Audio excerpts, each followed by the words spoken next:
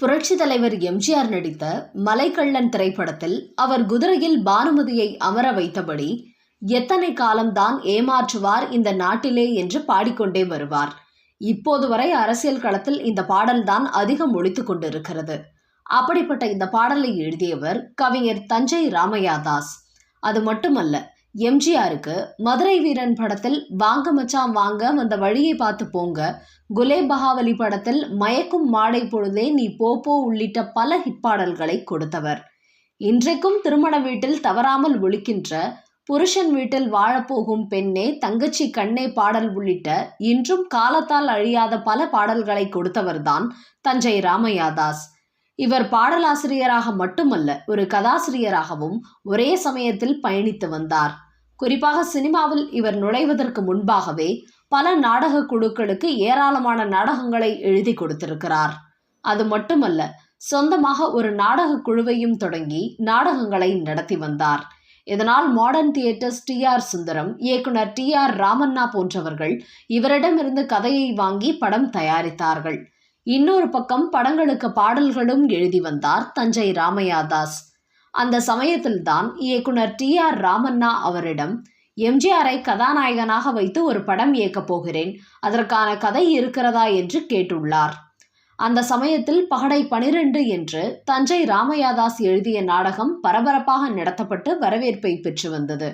அதை அப்படியே திரைப்படத்திற்கான கதையாக மாற்றி எழுதி கொடுத்தார்.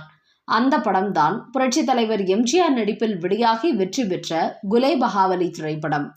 அந்த படத்தின் போது எம்ஜிஆருக்கும் தஞ்சை ராமையாதாஸுக்கும் மிக நெருங்கிய நட்பு ஏற்பட்டது. அப்படி எம்ஜிஆரிடம் ஏற்பட்ட நட்பின் உரிமையில் எம்ஜிஆரை வைத்து ஒரு படம் தயாரிக்கலாம் என்று ஒரு தயாரிப்பாளராகவும் மாறிய தஞ்சை ராமையாதாஸ் லலிதாங்கி என்கிற படத்தை சொந்தமாக தயாரிக்க ஆரம்பித்தார். அதற்கு முன்பாக 1935 ஏற்கனவே வெளியான லலிதாங்கி படத்தின் ரீமேக் தான் இது. இந்த படத்தை டி.ஆர். ரகுநாத் இயக்க துவங்கினார். கிட்டத்தட்ட 10,000 அடி வரை படப்பிடிப்பு நடந்து வந்த நிலையில் எதுவும் பிரச்சனை இல்லாமல் தான் போய்கொண்டிருந்தது. அதற்கடுத்ததாக ஒரு பாடல் காட்சியை படம் எடுக்கும் போது எதிர்பாராத சிக்கல் எழுந்தது. அதாவது, கதைப்படி எம்ஜிஆர் பக்தி மனம் மிக்க இளைஞர். ஒரு காட்சியில் ருத்ராட்ச மாலை அணிந்தபடி ஆண்டவனே இல்லையே தில்லை ஆண்டவனே உன்போல் ஆண்டவனே இல்லையே என்று பாட வேண்டும். ஆனால் எம்ஜிஆர் அப்போதுதான் திமுகவில் இணைந்து பகுத்தறிவு கருத்துக்களை பேச துவங்கியிருந்தார். அதனால் இப்படி கடவுளை துதிப்பாடும் பாடலை பாட எம்ஜிஆர் மறுத்துவிட்டார். நான் இருக்கும் கட்சி கொள்கைக்கு எதிராக செயல்பட மாட்டேன், காட்சியையும் பாடலையும் மாற்றுங்கள் என்று கூறினார்.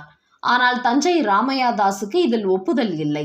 ஒரு சில நாட்கள் யோசித்தவர் எழுதிய காட்சியையும் பாடல் வரிகளையும் என்னால் மாற்ற முடியாது என தீர்மானித்தவர் அதற்கு பதிலாக எம்ஜிஆரையே மாற்றிவிடலாம் என முடிவு செய்து 10,000 அடி வளர்ந்த நிலையில் கூட எம்ஜிஆரையே படத்திலிருந்து நீக்கினார்.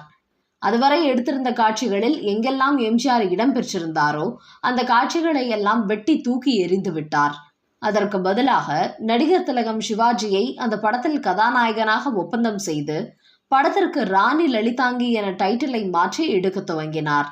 இப்படி நகமும் சதையுமாக இருந்த எம்ஜிஆரை இந்த கவிஞர் இப்படி தூக்கி எறியலாமா என்று அப்போது திரையுலகில் பரபரப்பாக பேசப்பட்டது. தஞ்சை ராமையாதாஸின் இந்த செயல் எம்ஜிஆருக்கும் கூட கோபத்தை ஏற்படுத்தியது.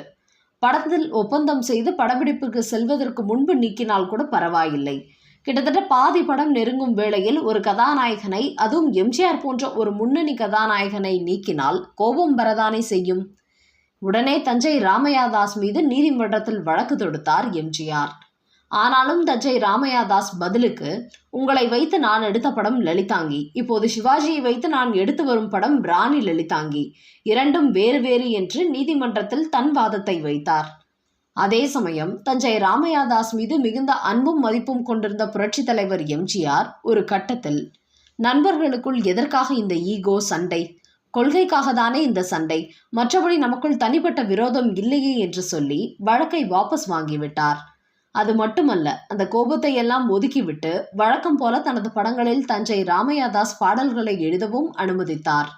இந்த பிரச்சனைகள் அனைத்திற்கும் காரணமான லலிதாங்கி திரைப்படம் 1957 ராணி லலிதாங்கி என்கிற பெயரில் வெளியானது. ஆனாலும் எதிர்பார்த்த வெற்றியை பெற தவறியது. இன்னொரு ஆச்சரியமான விஷயம் என்னவென்றால், இதற்கு 4 வருடங்களுக்கு முன்பே, அதாவது 1953ஆம் வருடமே தயாரிப்பாளர் A.T. கிருஷ்ணசாமி எம்ஜிஆர் பானுமதி நடிப்பில் அறிவாளி என்கிற படத்தை துவங்கினார். ஆனால் சில காரணங்களால் அந்த படத்திலிருந்து எம்ஜிஆர் வெளியேறினார். அவருக்கு பதிலாக அப்போதும் சிவாஜி தான் அந்த படத்தில் கதாநாயகனாக நடித்தார். ஆனால் பல காரணங்களால் அந்த படத்தின் படப்பிடிப்பு தாமதமாகி கிட்டத்தட்ட 9 ஆண்டுகளுக்கு பிறகு ஒரு வழியாக 1962 வெளியாகி வெற்றியையும் பெற்றது. சினிமாவில் தான் எத்தனை ஆச்சரியமான நிகழ்வுகள் நடந்திருக்கின்றன பார்த்தீர்களா?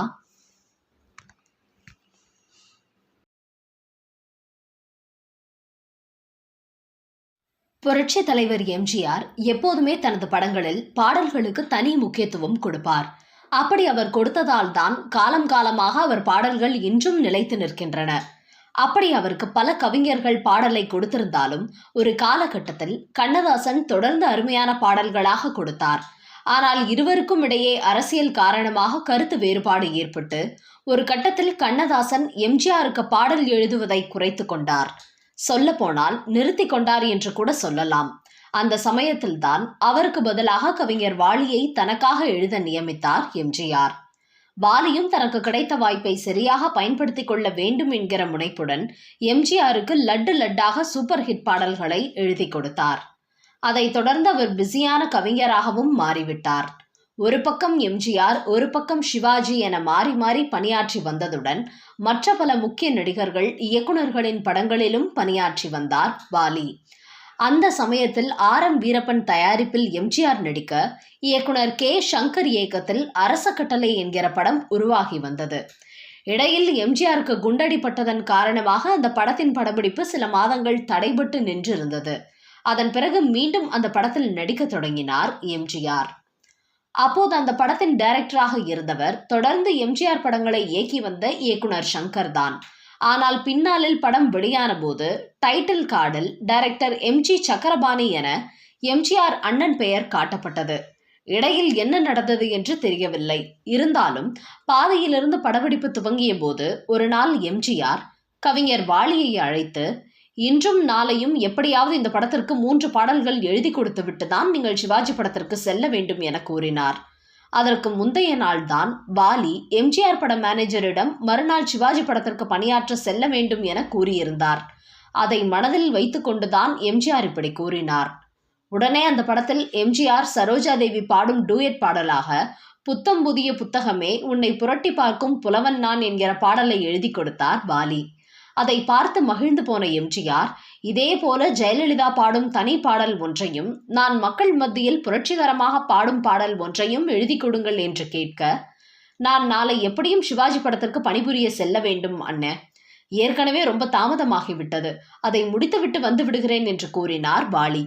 அப்படியென்றால் நீங்கள் எனக்கு முக்கியத்துவம் தரமாட்டீர்களா என்று எம்ஜிஆர் கேட்டுள்ளார். என்னென்ன இப்படி சொல்லிட்டீங்க? உங்களை நான் மனதில் எப்படி வைத்திருக்கிறேன் தெரியுமா? தினசரி காலை எழுந்ததும் உங்களை பற்றிய நினைவுடன் தான் எழுந்திருக்கிறேன். சொல்ல போனால் உங்களுக்காகவே என் மனதில் ஒரு பாடலை உருவாக்கி அதை பாடிக்கொண்டேதான் நான் தினமும் என் வேலையை துவங்குகிறேன் என்று சொன்னதும் எம்ஜிஆர் கொஞ்சம் கோபம் தணிந்து, என்னை பற்றிய பாட்டா, அது என்ன சொல்லுங்கள் என்று கேட்டார். அப்போது வாலி, என்னை பாட வைத்தவன் ஒருவன், என் பாட்டுக்கு அவன்தான் தலைவன் என்று அந்த பாடல் வரிகளை கூறியதுடன், இன்று நான் இவ்வளவு பிஸியாக வேலை செய்வதற்கு காரணமே நீங்கள் போட்ட பிச்சைதான் அண்ணா, அதை நான் மறப்பேனா என்று கூறியதும் எம்ஜிஆர் நெகிழ்ந்து போனார். உடனே அருகில் இருந்த இயக்குனர் சங்கர், வாலி, இந்த வரிகளை நல்லா இருக்கையா, இதை வைத்து இப்போ உடனடியாக ஒரு பாட்டு எழுது என்று கூறினார். வாலியும் கடகடவென ஒரு பாடலை எழுதி முடிக்க அதை படித்து பார்த்த எம்ஜிஆர், அம்முவிற்கு, அதாவது ஜெயலலிதாவிற்கு இந்த பாடல் பொருத்தமாக இருக்கும், சரி நான் பாடுவது போன்ற பாடலையும் இப்போதே எழுதிவிடுங்கள் என்று கூற இயக்குனர் சங்கர் அந்த காட்சியை விவரிக்க ஆரம்பித்தார். அதாவது நாட்டில் ஒரு சர்வாதிகாரி மன்னனாக இருந்து ஆட்சி நடத்துகிறான். மக்களை கொத்தடிமையாக்கி அவர்களை தன் விருப்பத்திற்கு ஏற்ப செயல்பட வைக்கிறான் அந்த அரசன். ஆனால் ஒரு நடன மாது அவள் தன் குழுவினருடன் தெரு தெருவாக ஆடி மக்களை மகிழ்விக்கிறாள். அவளால் மக்கள் மான உணர்வு பெறுகிறார்கள் என்று அறிந்த மன்னன் அவளை ஆடக்கூடாது என கட்டளையிட்டு அதிகாரிகள் மூலம் நோட்டீஸ் அனுப்புகிறார். அந்த நடன மாதுவும் மன்னன் கட்டளையை எப்படி மீறுவது என தெரியாமல் அஞ்சி வெளியூருக்கு தன் குழுவினருடன் புறப்பட கிளம்புகிறாள். அப்போது கதாநாயகன் அவள் அச்சத்தை போக்கும் விதமாக, அவர்களுக்குள் விடுதலை வேட்கையை உருவாக்கும் விதமாக ஒரு எழுச்சி பாடலை ஊர் மக்களை கூட்டி பாடுவது போல இருக்க வேண்டும் என்று சொன்ன இயக்குனர் சங்கர், எப்போதும் இறைவன் கட்டளைதான் வெல்லும், வேறு எவன் கட்டளையும் எடுபடாது என்கிற பொருள் படும்படி இந்த பாடல் இருக்க வேண்டும் என கூறினார். உடனடியாக கவிஞர் வாலியின் மனதிலிருந்து வார்த்தைகள் அருவியாக கொட்ட ஆரம்பித்தது. ஆண்டவன் கட்டளை முன்னாலே உன் அரச கட்டளை என்னாகும் என்று பல்லவியை எழுதத் தொடங்கினார். அந்த வரிகளை பார்த்ததும் இயக்குனர் சங்கரின் முகம் மட்டுமல்ல, எம்ஜிஆர் முகமும் உடனே மாறியது. அதை கவனிக்காமல் எழுதி கொண்டிருந்தார் வாலி. ஆனால் எதர்ச்சியாக நிமிர்ந்து பார்த்தவர் எம்ஜிஆர், இயக்குனர் சங்கர் எல்லோருமே என்று சீரியஸாக இருப்பதை பார்த்ததும் அதிர்ச்சியானார். என்ன இப்படி இருக்கீங்க என்று கேட்டதும் எப்போதுமே வாலியை ஆண்டவனே என்று அழைக்கும் எம்ஜிஆர், என்னங்க வாலி, என் மீது உங்களுக்கு என்ன கோபம்? என்னை அவமானப்படுத்துவது என்றால் நேரடியாக செய்து விடலாமே, எதற்கு இப்படி பாட்டில் வைத்து அவமானப்படுத்துகிறீர்கள் என்று கொஞ்சம் வருத்தத்துடன் கேட்டுள்ளார். வாலிக்கு ஒன்றும் புரியவில்லை. நீங்கள் சொன்னீர்களே, அந்த சிச்சுவேஷனுக்கு தான் நான் பாட்டு எழுதி கொண்டிருக்கிறேன், இதில் என்ன தப்பான்னா என்று கேட்டுள்ளார். நீங்கள் எழுதியதை பாருங்கள். ஆண்டவன் கட்டளை என்பது சிவாஜி நடித்த படம். இப்போது நம் படத்தின் டைட்டில் அரச கட்டளை. ஆண்டவன் கட்டளை முன் அரச கட்டளை என்னாகும் என்று நீங்கள் எழுதினால் சிவாஜியின் படத்தின் முன்பு எம்ஜிஆரின் படம் என்ன ஆகும் என்பது போலதானே அர்த்தமாகிறது என்று கேட்டதும் தான் வாலிக்கு தான் எழுதிய வரிகளில் இப்படி ஒரு அர்த்தம் வருகிறதா என்று புரிந்துள்ளது. அண்ணா, சத்தியமா நான் அந்த எண்ணத்துல எழுதவில்லை. ஆண்டவனை தவிர அரசன் பெரியவன் இல்லை என்று சொல்வதற்காக இந்த வார்த்தைகளை நான் பயன்படுத்தினேன் அண்ணா என்று சமாதானப்படுத்தி உள்ளார். ஆனாலும் வாலியின் பேச்சை சமாதானப்பட்டது போல எம்ஜிஆர் காட்டிக்கொண்டாலும் மறுநாள் அந்த பாடலை கவிஞர் முத்துக்கூத்தனை வைத்து எழுத வைத்து ரெக்கார்டிங்கும் செய்துவிட்டார் எம்ஜிஆர். அந்த பாடல்தான் ஆடிவா ஆடிவா, ஆட பிறந்தவளே ஆடிவா என்கிற சூப்பர் ஹிட் பாடல்.